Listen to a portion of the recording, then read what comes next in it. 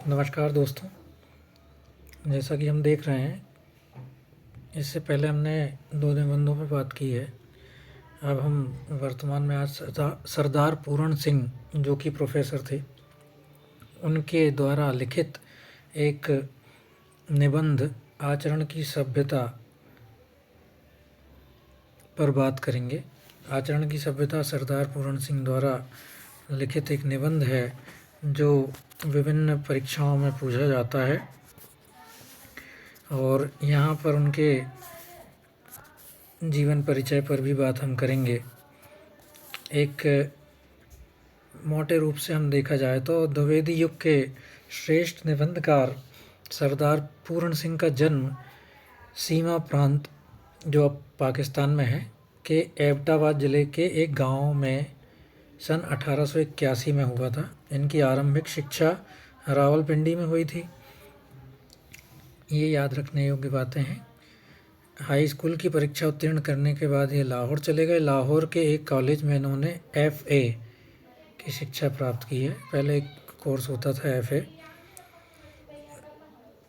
जो किया है इन्होंने। इसके बाद ये विशेष छात्रवृत्ति प्राप्त कर सन 1900 में, 19 वर्ष की आयु लगभग उनकी होगी, रसायन शास्त्र के विशेष अध्ययन के लिए जापान चले गए। वहाँ इम्पीरियल यूनिवर्सिटी, ये भी याद करिएगा, पूछा जा सकता है। मुख्य रूप से ये चीज़ें पूछी जाती हैं कि उनका जन्म कब हुआ और क्या उनकी रचनाएं क्या हैं। फिर भी हम थोड़ा बहुत याद कर लें तो अच्छा रहेगा। जापान चले गए। जब जापान में होने वाली विश्व धर्म सभा में भाग लेने के लिए स्वामी रामतीर्थ वहाँ पहुँचे तो उन्होंने वहाँ पर अध्ययन कर रहे भारतीय विद्यार्थियों से भी भेंट की। इसी क्रम में सरदार पूर्ण सिंह से स्वामी रामतीर्थ की भेंट हुई। स्वामी रामतीर्थ से प्रभावित होकर इन्होंने वहीं संन्यास ले लिया। ये पूछा जा सकता है कि किन संत से प्रभावित होकर, स्वामी रामतीर्थ से प्रभावित होकर, कहाँ पर हुई थी? जापान में होने वाली विश्व धर्म सभा, वहाँ पर प्रभावित होकर इन्होंने संन्यास ले लिया। भारत लौट आए। स्वामी जी की मृत्यु के बाद इनके विचारों में परिवर्तन हुआ और इन्होंने विवाह करके गृहस्थ जीवन व्यतीत करना आरंभ किया। इनको देहरादून के इम्पीरियल फॉरेस्ट इंस्टीट्यूट में 700 रुपये महीने की एक अच्छी अध्यापक की नौकरी मिल गई। यहीं से इनके नाम के साथ अध्यापक शब्द जुड़ गया। ये स्वतंत्र प्रवृत्ति के व्यक्ति थे, इसलिए इस नौकरी में निभा नहीं सके और त्यागपत्र दे दिया। इसके बाद वे ग्वालियर चले गए। वहाँ इन्होंने सिखों के 10 गुरुओं और स्वामी रामतीर्थ की जीवनियाँ अंग्रेजी में लिखी। पूछा जा सकता है सिखों की 10 गुरुओं और स्वामी रामतीर्थ की जीवनियाँ किस लेखक ने, किस हिंदी लेखक ने अंग्रेजी में लिखी हैं, पूछा जा सकता है। ग्वालियर में भी इनका मन नहीं लगा। तब ये पंजाब के जड़ावाला स्थान में जाकर खेती करने लगे। खेती में हानि हुई और ये अर्थ संकट में पड़कर नौकरी की तलाश में इधर उधर भटकने लगे। इनका संबंध क्रांतिकारियों से भी था। दिल्ली षड्यंत्र के मुकदमे में मास्टर अमीर चंद के साथ इनको भी पूछताछ के लिए बुलाया गया था, किंतु इन्होंने मास्टर अमीर चंद से अपना किसी प्रकार का संबंध होना स्वीकार नहीं किया। प्रमाण के अभाव में इनको छोड़ दिया गया। वस्तुतः मास्टर अमीर चंद स्वामी रामतीर्थ के परम भक्त और गुरु भाई थे। प्राणों की रक्षा के लिए इन्होंने न्यायालय में झूठा बयान दिया था। इस घटना का इनके मन पर गहरा प्रभाव पड़ा था। भीतर ही भीतर ये पश्चाताप की अग्नि में जलते रहे। इस कारण भी ये व्यवस्थित जीवन व्यतीत नहीं कर सके और हिंदी साहित्य की एक बड़ी प्रतिभा पूरी शक्ति से हिंदी की सेवा नहीं कर सकी। 31 मार्च 1931 को इनकी मृत्यु हो गई। ये याद करने योग्य बात है। इनकी 6 निबंध हैं, ये बहुत इम्पोर्टेंट है, ये याद करना होगा हमें। सच्ची वीरता, आचरण की सभ्यता, मजदूरी और प्रेम, अमेरिका का मस्त योगी वॉल्ट व्हिटमैन, ये पूछा जा चुका है कई जगह। कन्यादान और पवित्रता। आचरण की सभ्यता तो हमारे सिलेबस में ही है, तो इसे हम पढ़ेंगे। इन्हीं निबंधों के बल पर इन्होंने हिंदी गद्य साहित्य के क्षेत्र में अपना स्थायी स्थान बना लिया है। इन्होंने निबंध रचना के लिए मुख्य रूप से नैतिक विषयों को ही चुना। सरदार पूर्ण सिंह के निबंध विचारात्मक होते हुए भी भावात्मक कोटि में आते हैं। ये भी बहुत इम्पोर्टेंट पंक्ति है। किस गद्य लेखक के निबंध विचारात्मक होते हुए भी भावात्मक कोटि में आते हैं, ये बहुत इम्पोर्टेंट पंक्ति है। उनमें भावावेग के साथ ही विचारों के सूत्र भी लक्षित होते हैं, जिन्हें प्रयत्नपूर्वक जोड़ा जा सकता है। ये प्रायः मूल विषय से हटकर उससे संबंधित अन्य विषयों की चर्चा करते हुए दूर तक भटक जाते हैं। हालांकि ये विशेषता नहीं है, लेकिन ये पूछा जा सकता है कि कोई एक पंक्ति दे दी, उन्होंने यही वाली पंक्ति उठा के दे दी कि ये किस व्यक्ति के, किस लेखक के बारे में बात हो रही है। ये पूछा जा सकता है कि ये प्रायः मूल विषय से हटकर उससे संबंधित अन्य विषयों की चर्चा करते हुए दूर तक भटक जाते हैं और फिर स्वयं सफाई देते हुए मूल विषय पर लौट आते हैं। इतनी पंक्ति याद कर लीजिएगा मित्रों। अवतरण बहुलता और प्रसंग गर्भत्व इनकी निबंध शैली की विशेषता है। उद्धरण बहुलता और प्रसंग गर्भत्व इनकी निबंध शैली की विशेषता है। सरदार पूर्ण सिंह की भाषा शुद्ध खड़ी बोली है। ये 2 पैराग्राफों में मित्रों हमें बहुत ज़्यादा इम्पोर्टेंट चीज़ें मिली हैं। 3 पैराग्राफों में इनको याद करिएगा। सरदार पूर्ण सिंह की भाषा शुद्ध खड़ी बोली है, किंतु उसमें संस्कृत के तत्सम शब्दों के साथ साथ फारसी और अंग्रेजी के शब्द भी प्रयुक्त हुए हैं। पूछा जा सकता है, नेट में भी पूछा सकता है और इसमें भी पूछा सकता है MPSC में। इनकी निबंध शैली अनेक दृष्टियों से निजी शैली है। इनके विचार भावुकता की लपेट में लिपटे हुए होते हैं। भावात्मकता, विचारात्मकता, वर्णनात्मकता, सूत्रात्मकता, व्यंग्यात्मकता इनकी शैली की प्रमुख विशेषताएं हैं।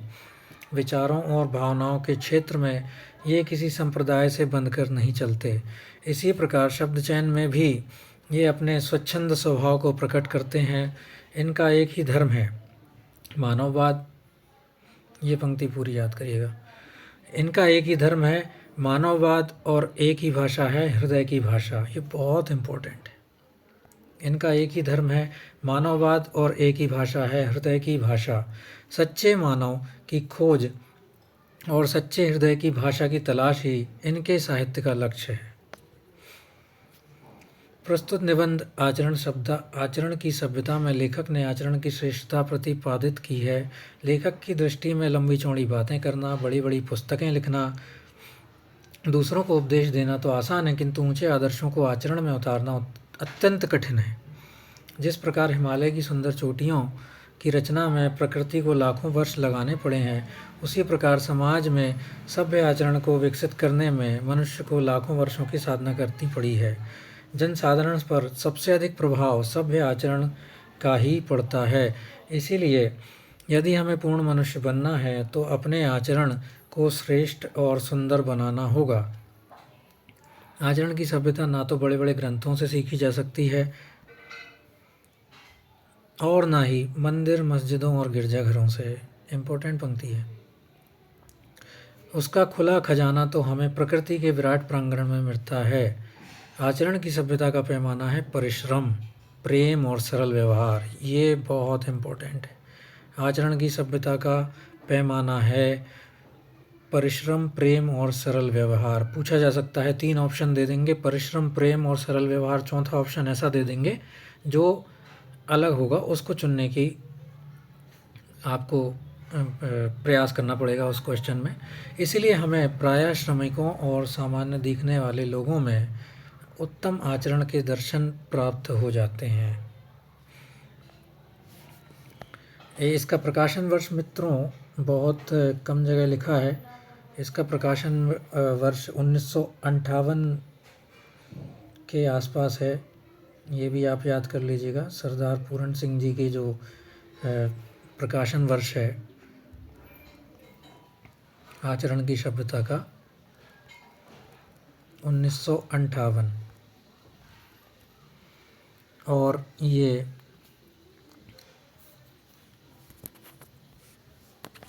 याद करने योग्य बात है। अब हम आगे पढ़ेंगे आचरण की सभ्यता।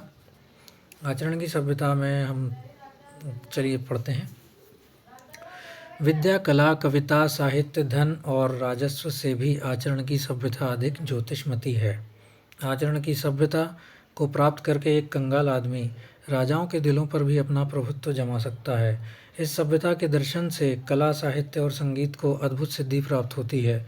राग अधिक मृदु हो जाता है, विद्या का तीसरा शिव नेत्र खुल जाता है।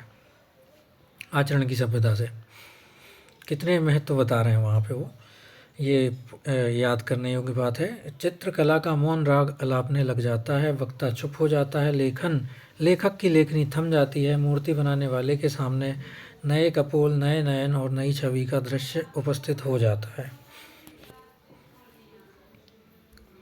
आचरण की सभ्यता में भाषा सदा मौन रहती है। ये इतना इम्पोर्टेंट पंक्ति है, पूछी जाती है हर प्रश्न में, पूछी जाती है हर जगह पे। अगर आचरण की सभ्यता से कोई प्रश्न सबसे ज़्यादा पूछा गया है तो आचरण की सभ्यता में भाषा के बारे में पूछा गया है, जो कि मौन भाषा है।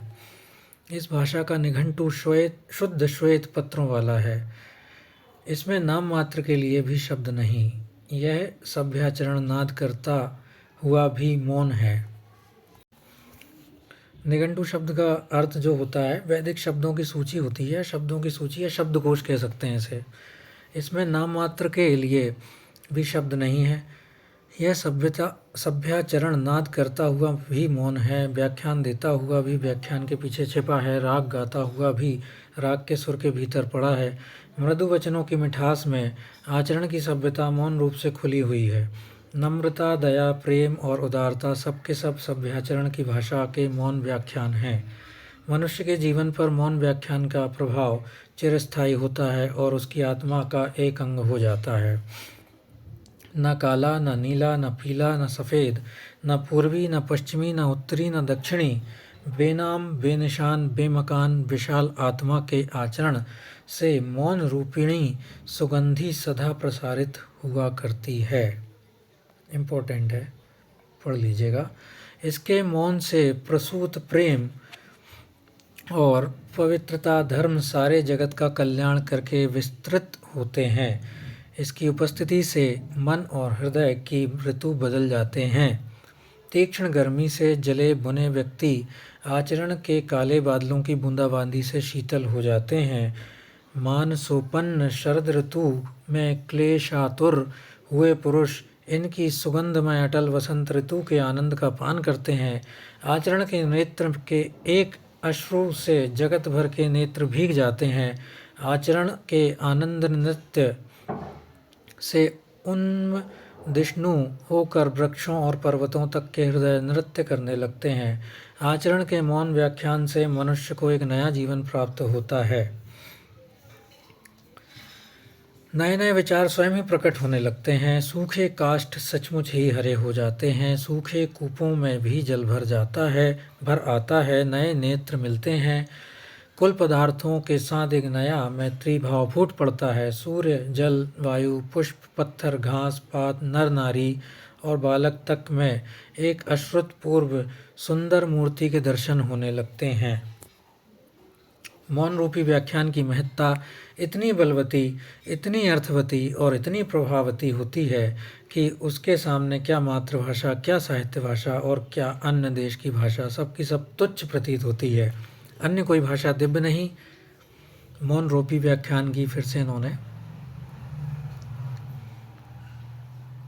महत्ता बताई है। अन्य कोई भाषा दिव्य नहीं, केवल आचरण की मौन भाषा ही ईश्वरी है। बहुत इम्पोर्टेंट है।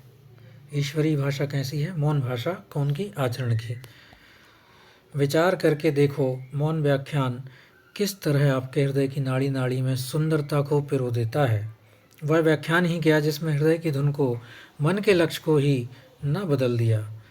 चंद्रमा की मंद मंद हंसी का तारागण के कटाक्षपूर्ण प्राकृतिक मौन व्याख्यान का प्रभाव किसी कवि के दिल में घुसकर देखो। सूर्यास्त होने के पश्चात श्री केशव चंद्र सेन और महर्षि देवेंद्रनाथ ठाकुर ने सारी रात एक क्षण की तरह गुजार दी। जैसा कि हमने इनके ऊपर जीवन परिचय में पढ़ा था कि ये भटक जाते हैं, यहाँ पे इन्होंने भटकने का प्रयास किया है। ये वापस फिर उस चीज़ पे आ जाएंगे। सूर्यास्त होने के पश्चात श्री केशव चंद्र सेन और महर्षि देवेंद्रनाथ ठाकुर ने सारी रात एक क्षण की तरह गुजार दी। यह तो कल की बात है। कमल और नरगिस में नयन देखने वाले नेत्रों से पूछो कि मौन व्याख्यान की प्रभुता कितनी दिव्य है। प्रेम की भाषा शब्द रहित है। कितनी अच्छी पंक्ति है मित्रों। आप भी जानते हैं नेत्रों की, कपोलों की, मस्तक की भाषा भी शब्द रहित है। सबसे ज़्यादा इन्हीं को उपयोग में लाया जाता है जब कोई प्रेम में हम चीज़ें प्रयोग करते हैं। जीवन का तत्व ही शब्द से परे है। सत्यता है मित्रों, बहुत इम्पोर्टेंट है। सच्चा आचरण, प्रभावशील, अचल, स्थित, संयुक्त आचरण ना तो साहित्य के लंबे व्याख्यानों से गढ़ा जा सकता है, न वेद की श्रुतियों के मीठे उपदेश से, न अंजील से, न कुरान से, न धर्म चर्चा से, न केवल सत्संग से। जीवन के अरण्य में धंसे हुए पुरुष के हृदय पर प्रकृति और मनुष्य के जीवन के मौन व्याख्यानों के यत्न में से सुनार के छोटे हथौड़े की मंद मंद चोटों की तरह आचरण का रूप प्रत्यक्ष होता है। ये पूछा जा सकता है। जहाँ जहाँ आचरण शब्द है वहाँ वहाँ आपको याद हो ही जाएगा कि आचरण की सभ्यता से लिया गया है। बहुत कम है कि आचरण शब्द वाली पंक्तियाँ यूज़ की जाएं। जैसे मुख्य रूप से यही पूछा जाएगा कि आप मौन भाषा, प्रेम की भाषा और ये सब भाषाओं के बारे में ज़्यादा पूछा जाएगा। इनके जीवन परिचय की बात पूछ सकते हैं, जन्म मृत्यु की बातें पूछ सकते हैं, उनकी रचनाओं के बारे में, 6 निबंधों के बारे में पूछ सकते हैं। बर्फ़ का दुपट्टा बांधे हुए हिमालय इस समय तो अति सुंदर, अति ऊंचा और अति गौरवान्वित मालूम होता है, परंतु प्रकृति ने अगणित शताब्दियों के परिश्रम से रेत का एक एक परमाणु समुद्र के जल में डुबो कर और उनको अपने विचित्र हथौड़े से सुडौल करके एक हिमालय के दर्शन कराए हैं। आचरण भी हिमालय की तरह एक ऊंचे कलश वाला मंदिर है। आचरण को किस किस से उपमा दी गई है, ये यहाँ पर देखने योग्य बात है मित्रों। ये याद कर सकते हैं हम। आचरण भी हिमालय की तरह एक ऊंचे कलश वाला मंदिर है। यह वह आम का पेड़ नहीं जिसको मदारी के एक क्षण में तुम्हारी आंखों में मिट्टी डालकर अपनी हथेली पर जमा दे। इसके बनने में अनंत काल लगा है। हम जानते हैं सभ्यता हमारी बहुत लंबे समय का परिश्रम है। मानवीय सभ्यता जो भी है, प्रारंभ से लेकर अभी तक, और यह हमेशा परिमार्जित होती रहती है। पृथ्वी बन गई, सूर्य बन गया, तारागण आकाश में दौड़ने लगे, परंतु अभी तक आचरण के सुंदर रूप के पूर्ण दर्शन नहीं हुए। जैसा कि मैंने कहा कि ये परिमार्जित होता रहता है और होता रहेगा। कहीं कहीं उसकी अत्यल्प छटा अवश्य दिखाई देती है। पुस्तकों में लिखे हुए नुस्खों से तो और भी अधिक बदहजमी हो जाती है। सारे वेद और शास्त्र भी यदि घोलकर पी लिए जाएं तो आदर्श आचरण की प्राप्ति नहीं होती। आचरण प्राप्ति की इच्छा रखने वाले को तर्क वितर्क से कुछ भी सहायता नहीं मिलती। शब्द और वाणी तो साधारण जीवन के चोचले हैं, ये पूछा जाता है। ये आचरण की गुप्त गुहा में प्रवेश नहीं करते, वहाँ इनका कुछ भी प्रभाव नहीं पड़ता। वेद इस देश में रहने वालों के विश्वास अनुसार ब्रह्मवाणी है, परंतु इतना काल व्यतीत हो जाने पर भी आज तक वे समस्त जगत की भिन्न भिन्न जातियों को संस्कृत भाषा न भुला सके, न समझा सके, न सिखा सके। यह बात हो कैसे? ईश्वर तो सदा मौन है। ईश्वरीय मौन शब्द और भाषा का विषय नहीं, वह केवल आचरण के कान में गुरु मंत्र फूंक सकता है। वह केवल ऋषि के दिल में वेद का ज्ञानोदय कर सकता है। किसी का आचरण वायु के झोंके से हिल जाए तो हिल जाए, परंतु साहित्य और शब्द की गोलंदाजी और आंधी से उसके सिर के एक बाल तक का बांका ना होना साधारण बात है। पुष्प की कोमल पंखुड़ी के स्पर्श से किसी को रोमांच हो जाए, जल की शीतलता से क्रोध और विषय वासना शांत हो जाएं, बर्फ के दर्शन से पवित्रता आ जाए, सूर्य की ज्योति से नेत्र खुल जाएं, परंतु अंग्रेजी भाषा का व्याख्यान, चाहे वह कार्लाइल ही का लिखा क्यों ना हो। कार्लाइल अंग्रेजी के बहुत बड़े विद्वान हुए। बनारस में पंडितों के लिए राम रोला ही है। यहाँ पर उन्होंने विसंगतियाँ बताई हैं, जो भाषा की विसंगतियाँ और ये जो भी है। इसी तरह न्याय और व्याकरण की बारीकियों के विषय में पंडितों के द्वारा की गई चर्चाएं और शास्त्रार्थ संस्कृत ज्ञानहीन पुरुषों के लिए स्टीम इंजन के फप फप शब्द से अधिक अर्थ नहीं रखते। हमने देखा होगा कि न्याय वाली जो संवैधानिक भाषा है, जो हम लोग एक आम जनमानस बिल्कुल, और जो व्याकरण की भाषा है उसकी परिभाषाएं हैं, बहुत मुश्किल से समझ पाते हैं। यही बताया है यहाँ पे। यदि आप कहें व्याख्यानों द्वारा उपदेशों द्वारा, धर्म चर्चा द्वारा कितने पुरुषों और नारियों के हृदय पर जीवन व्यापी प्रभाव पड़ा है? तो उत्तर यह है कि प्रभाव शब्द का नहीं पड़ता, प्रभाव तो सदा सदाचरण का पड़ता है। साधारण उपदेश तो हर गिरजे, हर मंदिर और हर मस्जिद में होते हैं, परंतु उनका प्रभाव तभी हम पर पड़ता है जब गिरजे का पादरी स्वयं ईसा होता है। अर्थात यहाँ पर ईसा का जो आचरण है उसकी महत्ता की बात की है। मंदिर का पुजारी स्वयं ब्रह्मर्षि होता है, मस्जिद का मुल्ला स्वयं पैगंबर और रसूल होता है। ये देखिए यहाँ पे आचरण की बहुत ज़्यादा उन्होंने महत्ता बताई है। इनके जो आचरण है वो आज तक हम फॉलो कर रहे हैं। ये तीनों जो ऊपर बताए हैं इन्होंने, ईसा, ब्रह्मर्षि और पैगंबर और रसूल। यदि एक ब्राह्मण किसी डूबती कन्या की रक्षा के लिए, चाहे वो कन्या जिस किसी जाति की हो, जिस किसी मनुष्य की हो, जिस किसी देश की हो, अपने आप को गंगा में फेंक दे, चाहे उसके प्राण यह काम करने में रहें चाहे जाएं, तो इस कार्य में प्रेरक आचरण की मौनमयी भाषा किस देश में, किस जाति में और किस काल में कौन नहीं समझ सकता। प्रेम का आचरण, दया का आचरण, क्या पशु क्या मनुष्य, जाति जगत के सभी चराचर आप ही समझ लेते हैं। जगत भर के बच्चों की भाषा इस भाष्यहीन भाषा का चिन्ह है। बालकों के इस शुद्ध मौन का नाद और हास्य भी सब देशों में एक ही सा पाया जाता है। जो छोटा बच्चा पैदा होता है, जो छोटे बच्चे रहते हैं, उनकी भाषा के बारे में एक सा ही है। पूरी दुनिया में एक सा ही रोता है बच्चा, एक ही सा हंसता है। मनुष्य का जीवन इतना विशाल है कि उसके आचरण को रूप देने के लिए नाना प्रकार के ऊंच नीच और भले बुरे विचार, अमीरी और गरीबी, उन्नति और अवनति इत्यादि सहायता पहुंचाते हैं। पवित्र अपवित्रता उतनी ही बलवती है जितनी की पवित्रता। जो कुछ जगत में हो रहा है वह केवल आचरण के विकास के अर्थ हो रहा है। अंतरात्मा वही काम करती है जो बाह्य पदार्थों के संयोग का प्रतिबिंब होता है। जिनको हम पवित्रात्मा कहते हैं, क्या पता है किन किन कूपों से निकलकर वे अब उदय को प्राप्त हुए हैं। जिनको हम धर्मात्मा कहते हैं, क्या पता है किन किन अधर्मों को करके वे धर्म ज्ञान को पा सके हैं। कितना आध्यात्मिक पंक्तियां हैं, याद भले ही ना करें लेकिन बहुत अच्छी पंक्तियां हैं।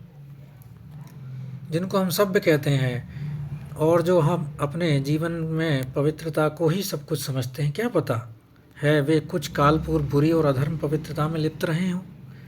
अपने जन्म जन्मांतरों के संस्कारों से भरी हुई अंधकारमय कोठरी से निकलकर ज्योति और स्वच्छ वायु से परिपूर्ण खुले हुए देश में जब तक अपना आचरण अपने नेत्र न खोल चुका हो, वह तब तक धर्म के गूढ़ तत्व कैसे समझ में आ सकते हैं। नेत्र रहित को सूर्य से क्या लाभ, हृदय रहित को प्रेम से क्या लाभ। जैसे जिन व्यक्तियों की आंखें नहीं होती हैं तो सूर्य को देख नहीं सकते हैं। हृदय जिसके पास नहीं है उसको प्रेम की कभी कोई महत्ता नहीं समझ में आएगी, ना समझ में आएगा। बहरे को राग से क्या लाभ।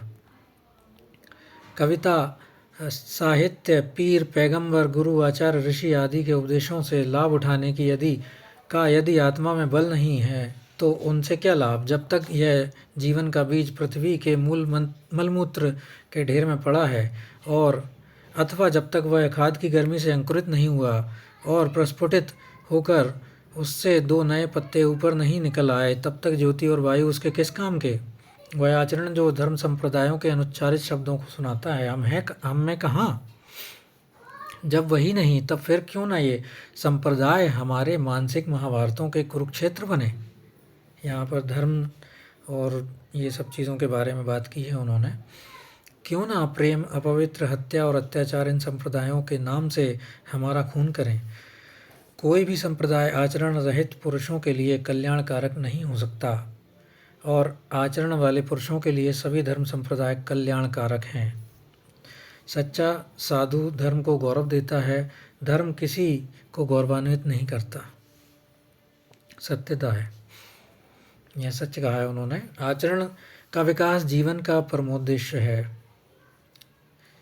आचरण के विकास के लिए नाना प्रकार की सामग्रियों का जो संसार संभूत, ये प्रश्न पूछा जा सकता है मित्रों, आचरण का विकास जीवन का परमोद्देश्य क्या है, ये पूछेंगे तो वो बताएंगे कि आचरण का विकास।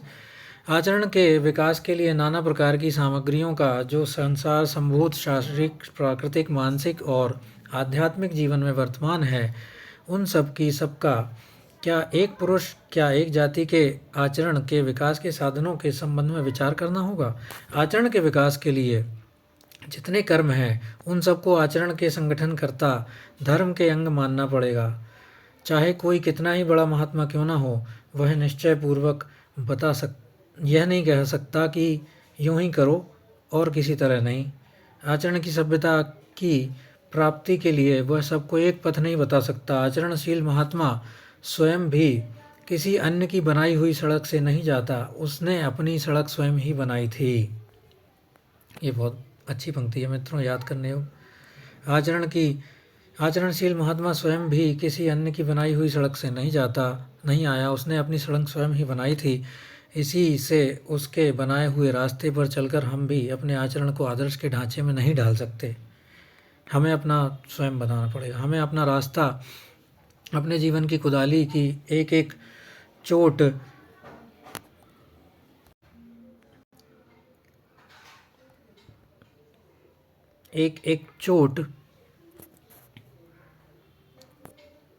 से रात दिन बनाना पड़ेगा और उसी पर चलना भी पड़ेगा। हर किसी को अपने देश कालानुसार राम प्राप्ति के लिए अपनी नैया आप ही बनानी पड़ेगी और आप ही चलानी भी पड़ेगी। यदि मुझे ईश्वर का ज्ञान नहीं तो ऐसे ज्ञान ही से क्या प्रयोजन। जब तक मैं अपना हथौड़ा ठीक ठीक चलाता हूँ और रूपहीन लोहे को तलवार के रूप में गढ़ देता हूँ, तब तक मुझे यदि ईश्वर का ज्ञान नहीं हो तो नहीं होने दो। उस ज्ञान से मुझे प्रयोजन ही क्या। जब तक मैं अपना उद्धार ठीक और शुद्ध रीति से किए जाता हूँ, तब तक यदि मुझे आध्यात्मिक पवित्रता का ज्ञान नहीं होता है तो ना होने दो। उससे सिद्धि ही क्या हो सकती है। जब तक किसी जहाज के कप्तान के हृदय में इतनी वीरता भरी हुई है कि वह महाभयानक समय में अपने जहाज को नहीं छोड़ता, तब तक यदि वह मेरी और तेरी दृष्टि में शराबी और स्त्रैण है तो उसे वैसा ही होने दो। उसकी बुरी बातों से हमें प्रयोजन ही क्या। आंधी हो, बर्फ हो, बिजली की कड़क हो, समुद्र का तूफान हो, वह दिन रात आंखें खोले अपनी जहाज की रक्षा के लिए जहाज के पुल पर घूमता हुआ अपने धर्म का पालन करता है। वह अपने जहाज के साथ समुद्र में डूब जाता है, परंतु अपना जीवन बचाने के लिए कोई उपाय नहीं करता। क्या उसके आचरण का अंश मेरे तेरे बिस्तर और आसन में बैठे बिठाए कहे निरर्थक शब्दों के भाव से कम महत्व का है। ना मैं किसी गिरजे में जाता हूँ, ना किसी मंदिर में, ना नमाज पढ़ता हूँ, ना रोज़ा ही रखता हूँ, ना संध्या ही करता हूँ और ना कोई देव पूजा ही करता हूँ। ना किसी आश्चर्य के नाम का मुझे पता है और ना किसी के आगे मैंने सिर ही झुकाया है। तो इससे प्रयोजन ही क्या और इससे हानि भी क्या। मैं तो अपनी खेती करता हूँ, अपने हल और बैलों को प्रातःकाल उठकर प्रणाम करता हूँ।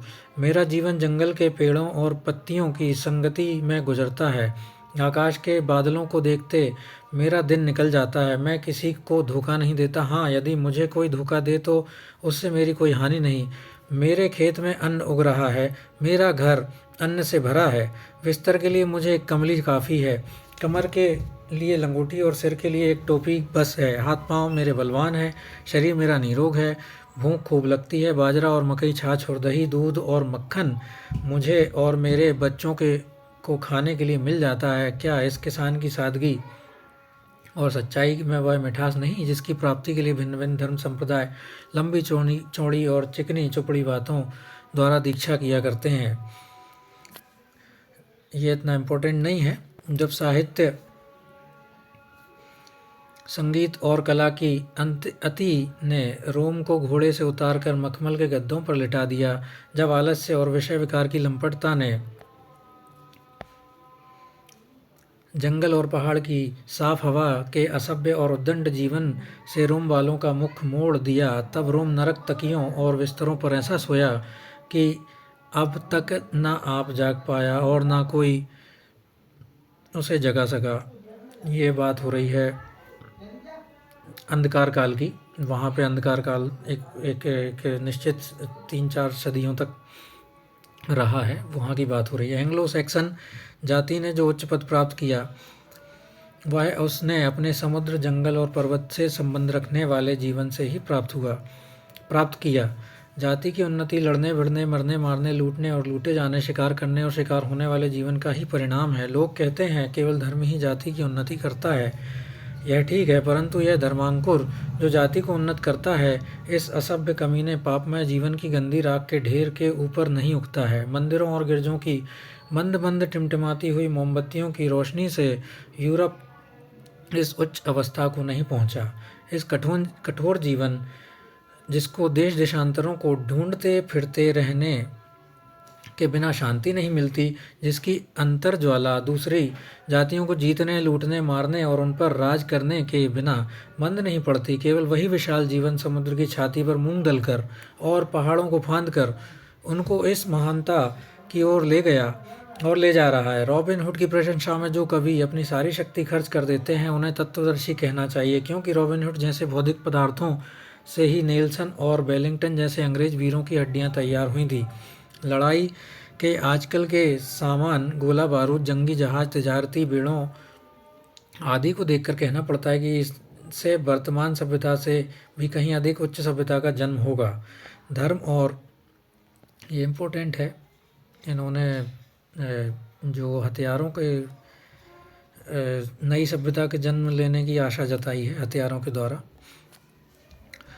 धर्म और आध्यात्मिक विद्या के पौधे को ऐसी आरोग्यवर्धक भूमि देने के लिए जिसमें वह प्रकाश और वायु में सदा खिलता रहे, सदा फूलता रहे, सदा फलता रहे, यह आवश्यक है कि बहुत से हाथ एक अनंत प्रकृति के ढेर को एकत्र करते रहें।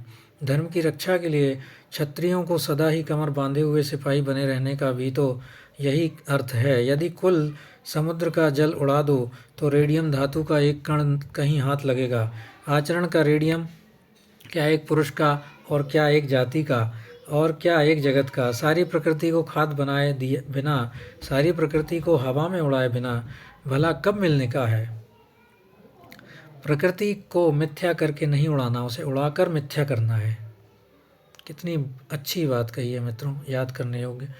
प्रकृति को मिथ्या करके नहीं उड़ाना, उसे उड़ाकर मिथ्या करना है। समुद्रों में ड्योरा डालकर अमृत निकालना है, सो भी कितना, जरा सा। संसार की खाक छानकर आचरण का स्वर्ण हाथ आता है, क्या बैठे बिठाए भी वह मिल सकता है।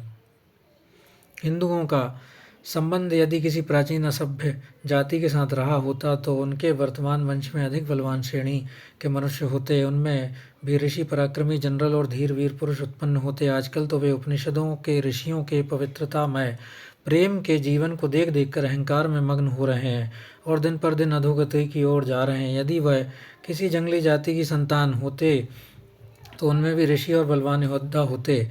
ऋषियों को पैदा करने के योग्य असभ्य पृथ्वी का बन जाना तो आसान है, परंतु ऋषियों को अपनी उन्नति के लिए राख और पृथ्वी बनाना कठिन है, क्योंकि ऋषि तो केवल अनंत प्रकृति पर सजते हैं, हमारी जैसी पुष्पशैया पर मुरझा जाते हैं।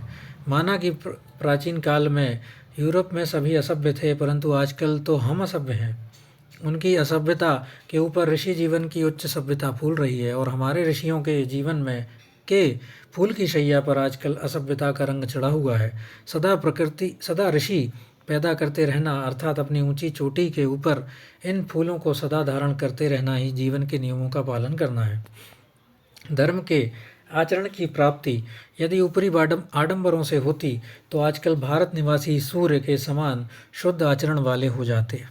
भाई, माला से तो जप नहीं होता, गंगा नहाने से तो तप नहीं होता, पहाड़ों पर चढ़ने से प्राणायाम हुआ करता है, समुद्र में तैरने से नेति धुलती है, आंधी पानी और साधारण जीवन के ऊंच नीच, गर्मी सर्दी, गरीबी अमीरी को झेलने से तप हुआ करता है। आध्यात्मिक धर्म के स्वप्नों की शोभा तभी भली लगती है जब आदमी अपने जीवन का धर्म पालन करे। खुले समुद्र में अपने जहाज पर बैठकर ही समुद्र की आध्यात्मिकता शोभा का विचार होता है। भूखे को तो चंद्र और सूर्य भी केवल आटे की बड़ी बड़ी 2 रोटियां से प्रतीत होते हैं। कुटियों में ही बैठकर धूप, आंधी और बर्फ की दिव्य शोभा का आनंद आ सकता है। प्राकृतिक सभ्यता के आने पर ही मानसिक सभ्यता आती है।